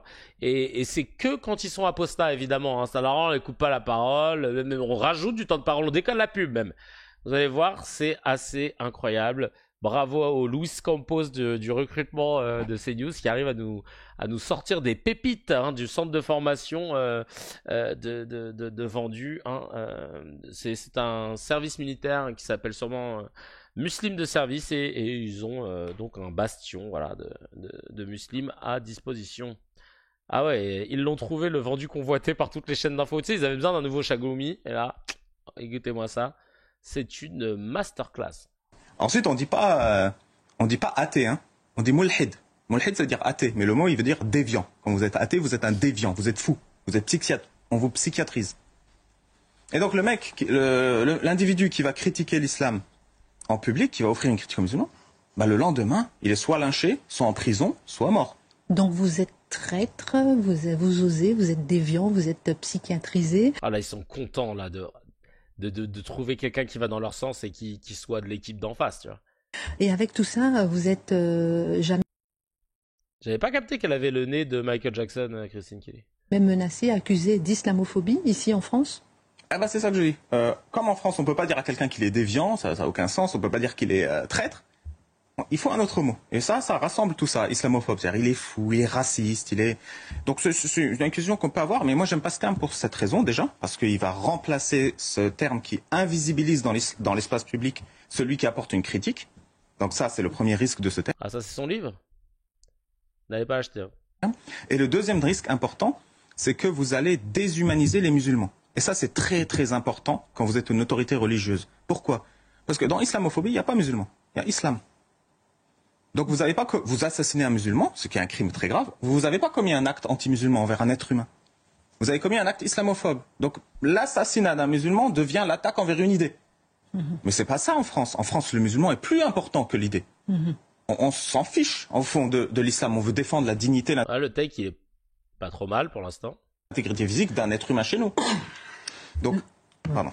Non, pardon, c'est passionnant tout ce que vous racontez, mais j'ai beaucoup de questions, donc je voudrais qu'on aborde aussi ensemble le sujet du voile, parce que vous, un sujet que Marc maintenant connaît par cœur, qu'on aborde aussi régulièrement, et vous combattez cet endoctrinement contre le voile. Expliquez-nous comment, pourquoi, parce que là, on a vu que c'est l'actualité aussi. Est-ce qu'il faut interdire le voile à un certain âge, comme le voulait Gabriel Attal, etc. Quelle est votre vision du voile et de son endoctrinement? Ah oui, dis-nous tout, là. Et dis-nous tout, s'il te plaît. Ah, explique-nous. Alors, je la vois comme ça maintenant. Là. Depuis que j'ai capté qu'elle avait le profil de Michael Jackson, j'entends Bambi en train de parler. Dites-nous un petit peu. C'est un sujet délicat, il faut beaucoup de temps, mais je vais essayer d'y aller le plus vite possible. Hein, oui, on est à la télé, mon bébé. Hein. J'ai fait de mon mieux. Je vous en prie. Je vous en prie.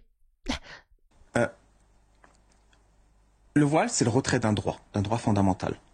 On habitue les femmes musulmanes et les hommes musulmans, et les femmes et les hommes non musulmans, à ce que les femmes musulmanes n'aient pas le droit de montrer leurs cheveux en public. C'est ça la règle dans l'islam. Dans l'islam, les femmes n'ont pas le droit de montrer leurs cheveux à des étrangers.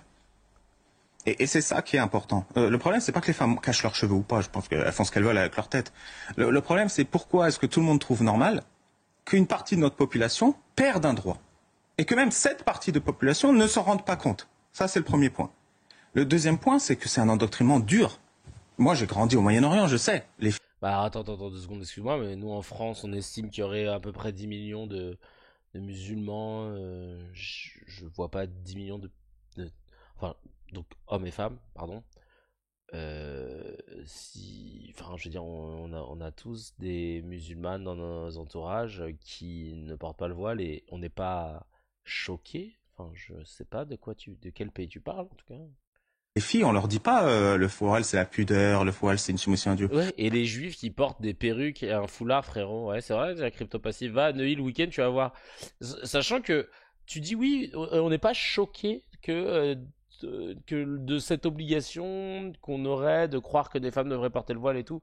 Ben, en fait, on n'est pas choqué parce qu'on sait qu'il n'y a pas d'obligation, étant donné que dans nos entourages, il y en a qui le portent, d'autres qui ne le portent pas, et c'est libre à la personne concernée de choisir. Et moi, je suis plus choqué, et ça personne n'en parle, des femmes qui, à cause de la religion, et notamment dans le judaïsme, sont contraintes de se raser les cheveux et de mettre une perruque. Alors, il y en a qui vont dire « Attends, mais ça, c'est résiduel, c'est qu'une infime partie. » Bah, au même titre que les femmes qui sont obligées de mettre le voile à cause de quelqu'un d'autre que leur propre conviction. C'est résiduel, c'est une partie. Pourtant, vous en parlez tous les jours depuis des décennies. Or, ces femmes juives qui se rasent la tête, chacun raser les cheveux, je sais pas si vous vous rendez compte de gestes. Allez voir la série Unorthodoxe sur Netflix. Ce geste, il est hardcore. On est aux heures les plus sombres de l'histoire. Raser les veuches. Je sais pas si vous vous rendez compte comment c'est dingue et genre personne ne s'arrête là-dessus. Et vas-y, c'est quoi fine parce que chacun fait ce qu'il veut. Parce que nous, moi, je sais que chacun fait ce qu'il veut et je le respecte. Par contre, vous respectez pas quand c'est des gens qui sont de confession musulmane. Et là, c'est un problème. On écoute le Bilal. Vendu. On leur dit si tu mets pas le voile, on va te voiler dans ta tombe. Parfois même en France, je l'ai entendu le discours dans les mosquées. Voile-toi avant qu'on te voile dans ta tombe. Donc on te menace avec la mort. On te dit voile-toi avant que Allah il te pende par les tétons en enfer.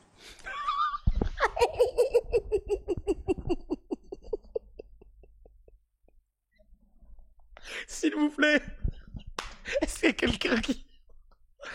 quelqu'un qui peut... Vous avez déjà entendu ça? Est-ce que vous avez déjà entendu cette phrase à la mosquée? Voile-toi, sinon Dieu va te pendre par les tétons. Non, je suis dégoûté. C'est catégorie BDSM là. Tous les SM vont se convertir. Voilà. Excuse-moi, c'est par où pour les conversions là? J'ai entendu un truc par rapport au téton. Non mais ouais, Astaghfirullah ya Rabbi, c'est quoi ce truc de ouf? Non mais là le mec il a sorti un truc que j'ai jamais entendu. Et là même eux ils vont être choqués et regardez comment il va répondre. C'est grave, c'est une maltraitance grave. Et ça c'est un discours religieux basique. Et ici en France? En France, je l'ai entendu, voile-toi avant qu'on te voile, c'est une phrase très très claire. Ah bah t'as vu, il l'a dit. En France, j'ai entendu, voile-toi avant qu'on te voile, ça c'est très répandu. Non mais frère, non mais là, frérot, mens doucement, parce que là tu nous parles de BDSM, tu nous dis, je l'entends souvent, puis finalement tu le rétrogrades. Non, la première partie, en France j'entends souvent... Voile, j'entends souvent, voilà, donc c'est quelle sourate, c'est quel hadith? Montre-nous, chacal, parce que là, nous, on veut savoir. Non, mais il m'a buté, non, mais je suis dead.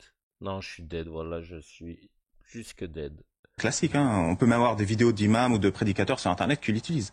Et en fait, c'est normalisé, cette menace par finalement le châtiment de la tombe qui est très présent dans l'islam. Oui, et le châtiment de la tombe, il est... Et du jugement dernier, c'est vrai qu'il n'existe pas du tout chez les catholiques, chez les juifs. Que Allah, il te juge déjà dans ta tombe, Donc dès que t'es mort, bah, Allah il s'énerve. Elle fait peur, elle fait peur. J'ai envie de... Dès que t'es mort, Allah il s'énerve. Mais lui, il parle de qui? Allah ou Alain? Lui doit pas parler de Allah, de Dieu. Lui, c'est Alain. Dès que t'es mort, Alain, il s'énerve. Oh, il est mort. Ta, chier. Ne dis pas qu'il est mort. Oh, il m'emmerde. Que il meurt, lui. Oh. Je vais vous demander tout à l'heure, est-ce que l'islam est compatible avec la République et comment peut-être résoudre cette histoire de voile en France. Mais d'abord, le livre que vous avez écrit, incroyable. Il parle d'Alad. Ouais, je pense qu'il parlait d'Alad.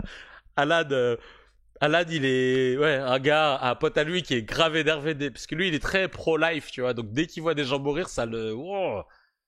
Islam que vous avez dédicacé. J'ai entendu dire que c'était plutôt un ovni dans la critique de l'islam. Qu'est-ce qu'il contient précisément? Alors, avec Marc Menon, on a lu la 4e de couverture, on n'a pas trop compris. Donc, quand t'es invité chez CNews, on lit que la 4e de couverture. Hein. Le livre, on s'en bat les couilles. Attends, déjà qu'on invite un musulman, enfin un ancien, on va pas non plus commencer à lire le livre. Pourquoi elle ferme les yeux pour inventer... Christine Kelly, là, elle est à mi-chemin entre je suis avec Michael Jackson, je suis Michael, mais est-ce que je suis là? Non, ils sont... Ouais. Dites-nous pourquoi il est décrit comme un ovni. Alors, moi, je suis très... Elle a envie de dormir, là. Content qu'on le décrive comme un ovni, hein, ça me fait très plaisir. C'est une satire. C'est une satire. On m'appelle l'ovni. Premier degré, j'écris comme un imam. Sauf que c'est tellement premier degré que ça en devient ridicule. C'est ça, pardon, mais quand on lit la 4e de couverture, dans un premier temps, je ne comprenais pas l'image que Christine m'avait proposée de vous, parce que là, vous jouez de la confusion. Ah, je joue. Vous savez, moi, je suis très reconnaissant à mes profs de français de m'avoir fait découvrir Voltaire. Ah, bon toutou, c'est parti pour passer un peu de pommade sur la culture française auprès des fachos, parce qu'on est trop content. Et ben moi, quand j'ai découvert Voltaire, moi j'ai lu Candide, qui est incroyable. Adoré Candide, et j'ai essayé... évidemment, j'avais vu la vidéo. D'écrire un peu pareil, j'ai fait de mon mieux, hein. Et j'ai fait de mon mieux, hein. C'est bien Bognol, continue comme ça. J'aime bien ce Bognol, hein. Et je vous ai parlé au début, je vous ai dit, l'islam c'est des absurdités, des atrocités. On n'a pas le temps de lire le Coran, on n'a pas le temps de lire les 7000 hadiths de Bukhari, on n'a pas le temps. Je vous ai tout facilité. J'ai tout condensé dans 200 pages, j'ai mis la source dans la marge à chaque fois. Parce que moi, ce que j'offre aux musulmans quand je débat, c'est une critique rationnelle, logique et sourcée. Parce que c'est la seule manière, c'est de... Bah oui, mais si tu as en face des gens qui ne savent pas lire l'arabe, sachant que, et on l'a eu un petit peu en démonstration avec notre ami Dr H, on sait que la langue arabe, surtout la langue utilisée dans l'écriture du Coran, elle est, si t'as pas fait de lecture comparée, d'époque, etc., que tu n'as pas un certain niveau, tu vas traduire de la merde. Tu vas apprendre, c'est comme si tu faisais du copier-coller Google Trad. Un mot peut avoir 20 sens selon la phrase dans laquelle ce mot est placé, notamment le mot koufar, qui veut dire mécréant dans certaines phrases, mais qui veut pas forcément dire mécréant dans d'autres. Je pourrais pas aller plus loin là-dessus, mais on aura l'occasion de parler avec Dr H. Et c'est pour cette raison que des interprétations coraniques ont été fallacieuses. Voilà. Et c'est pour ça qu'il faut savoir contextualiser. Donc, c'est pas parce que t'as copié-collé la source que tu dis, bah, tu vois, j'ai sourcé. Frérot, c'est pas l'INSEE, c'est pas l'IFOP. On n'est pas en train de parler d'évasion fiscale ou de fraude au RSA. Là, on parle de religion, d'interprétation, de la poésie, de la contextualisation, parce que ça a plus de 1400 ans, Frangin, tu dis de la merde à vouloir rationaliser comme ça, n'importe quoi, franchement. De respecter leur intelligence. Et donc, je mets tout le temps la source dans la page pour qu'ils puissent taper sur Internet, aller voir dans un livre. Ah bah oui, taper sur Internet, comme ça on sait tous, comme ça au moins le Coran on le maîtrise grâce à Internet, grâce à Google Coran. Racleur de chibre. Vérifier. Il nous reste 3 minutes et j'aimerais qu'on puisse aborder avec votre regard. J'aimerais aborder avec votre regard. Est-ce que l'islam est compatible avec notre République française? Est-ce que l'islam est compatible avec la France? Je rappelle, vous, qui êtes un apostat de l'islam qui avait... Il y a des gens sur Snap, ils m'ont dit, regardez au niveau de son front, ça se voit, il a des cornes. Je suis là, les gars, vous abusez. C'est des gamins. Qui est né en Arabie Saoudite, qui avait grandi ici, qui avait quitté l'islam à l'âge de 25 ans. Quel regard portez-vous? Merci. Alors je vais peut-être définir chaque terme. Le premier, c'est l'islam. Moi, ce dont je parle, c'est l'islam sunnite et son autorité religieuse. Pourquoi je définis l'islam sunnite? Déjà parce qu'il est très majoritaire, 90% de la terre, et ensuite parce qu'il est très clair. Les textes sont clairs, souvent très assumés, et du coup, ils sont faciles à critiquer et à mettre en parallèle. J'ai un ami qui est militant athée, qui a une excellente définition de la politique. La politique, c'est l'art de faire le contraste le plus clair entre soi et son adversaire. Et donc, je prends les textes extrêmement clairs de l'islam sunnite, et avec quoi je les mets en contraste? Je ne peux pas les mettre en contraste avec la France, c'est juste un territoire. Non, je les mets en contraste avec la démocratie, la laïcité, les droits, le respect de la dignité des individus qu'on a en France, qui est les droits de l'homme, les droits et les libertés de chacun. Et donc, quand on met en contraste l'islam sunnite et ce système de société, effectivement, les deux ne sont pas compatibles. Mais il faut bien définir les choses, parce que sinon on tombe très vite dans un amalgame et dans un mélange de mots qui sont mal définis. Et comme disait notre cher Albert Camus, mal définir Regarde comment il est trop content de citer Albert Camus pour faire plaisir à ses maîtres. les choses, c'est rajouter au malheur du monde. C'est bien, c'est bien.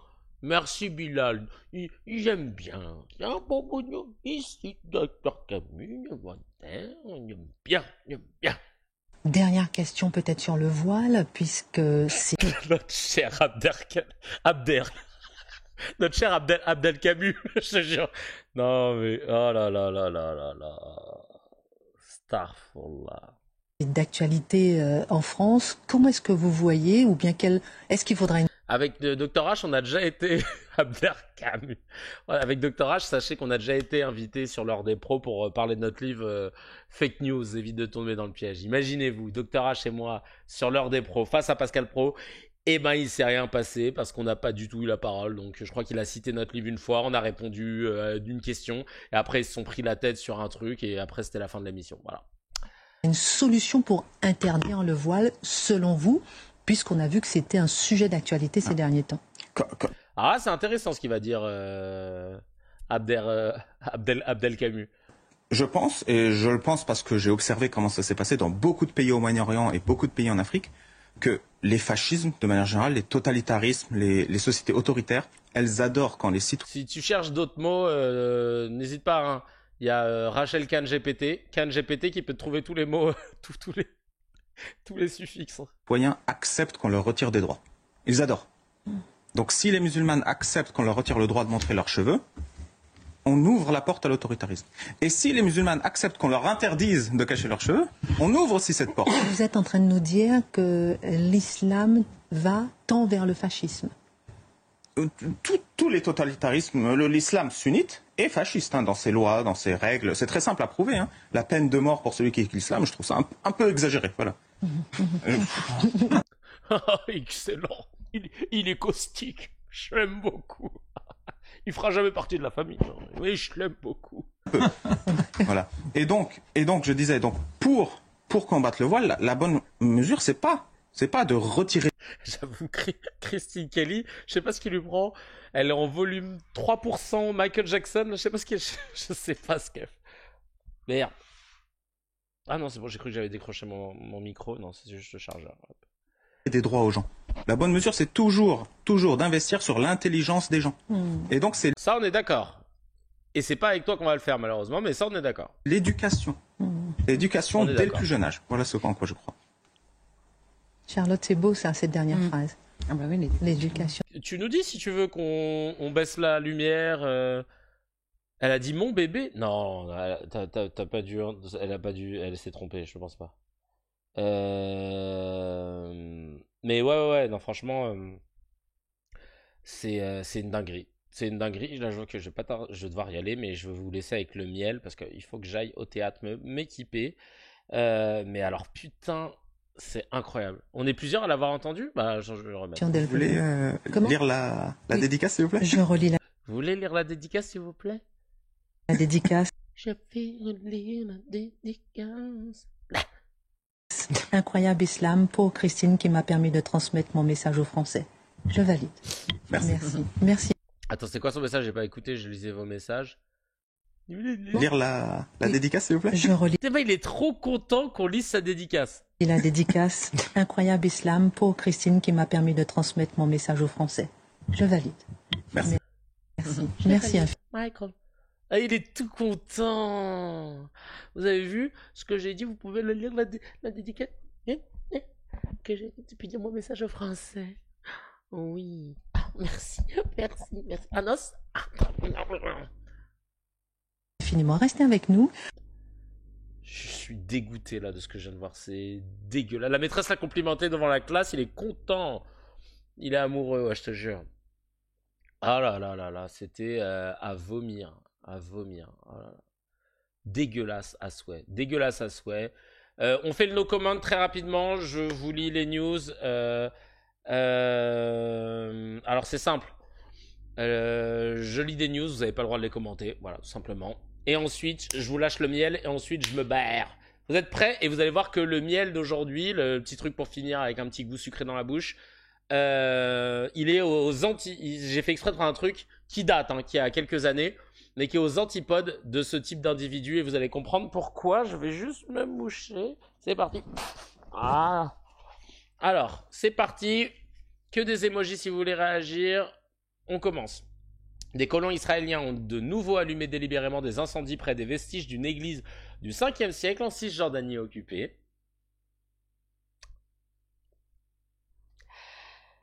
Clara Chapaz, ministre déléguée chargée du numérique, a mobilisé un chauffeur et une voiture de la préfecture toute une nuit pour une sortie en boîte de nuit à Aix-en-Provence.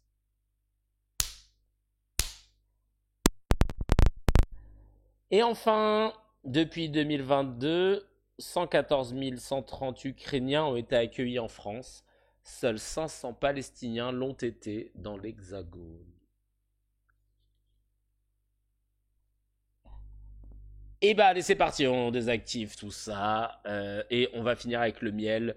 Et j'ai délibérément choisi un extrait qui date pour pouvoir montrer le contraste entre un savant musulman qui maîtrise son sujet et là les gars qu'on vient de voir qui vont juste dans le sens de leur propriétaire, de leur maître. Et on va finir là-dessus, c'est parti. C'était avec Zineb El Razaoui face à Mohamed Bajrafil, qu'on ne voit plus malheureusement alors qu'il était très très fort. Je peux vous dire qu'il n'y a pas une seule occurrence du mot amour dans le Coran ni dans le corpus de la Sunna. Je vous ai entendu une fois dire, madame, sur une chaîne, que le mot amour est absent du Coran. Mais vous ne pouvez pas être quelqu'un de sérieux et dire quelque chose de pareil. Hub a été utilisé 84 fois dans le Coran. Et vous avez quelqu'un en face de vous qui le connaît par cœur et je vous le donnerai. Donc quand vous dites des choses comme ça, si, je peux vous le dire. L'amour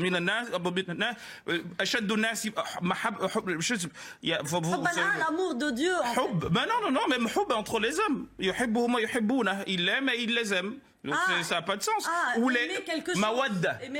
Ah merde, je me suis fait niquer. Ah. Mawadda veut dire quoi? C'est de l'amour. Mawadda n'est pas hub. Si, c'est plus que cela. Mais c'est juste... Là, t'entends Pascal Pro. Peut-être pas, parce que là, je suis mal à l'aise. Beaucoup trop d'arabe, là. Parce que pour vous dire que vous dites des choses que par vous exemple, n'êtes pas... aimer les fruits et les légumes, ça... Non, hommes et femmes. Il a mis entre vous amour et... Heureusement qu'il y a des mots sympathiques dans le Mais revenons... Et là, regardez la malhonnêteté. Heureusement qu'il y a des mots sympathiques dans le Coran. Non, à la chose, c'est juste pour vous dire que c'est pas parce que vous parlez arabe ou que vous baragunez l'arabe que vous pouvez travailler un texte. Et c'est pour ça qu'il y a des études de spécialistes là-dessus. Voilà, il a tout dit. Ce n'est pas parce que vous parlez arabe ou que vous savez lire un texte que vous savez interpréter. Il y a des spécialistes là-dessus. Merci beaucoup Mohamed Bajrafil. Évidemment, on comprend pourquoi il n'est pas invité depuis. Parce que c'était trop pointu pour eux. Ça n'allait pas dans le sens comme de Abdel Camus qu'on a pu voir. En tout cas, merci mille fois pour cet épisode. Merci pour votre solidité. Merci à toutes les personnes qui étaient présentes sur le chat. Je compte sur vous pour donner de la force. Et puis je vous dis à très très vite pour mardi, Inch'Allah, pour le prochain épisode. Ciao ciao tout le monde. Bye bye.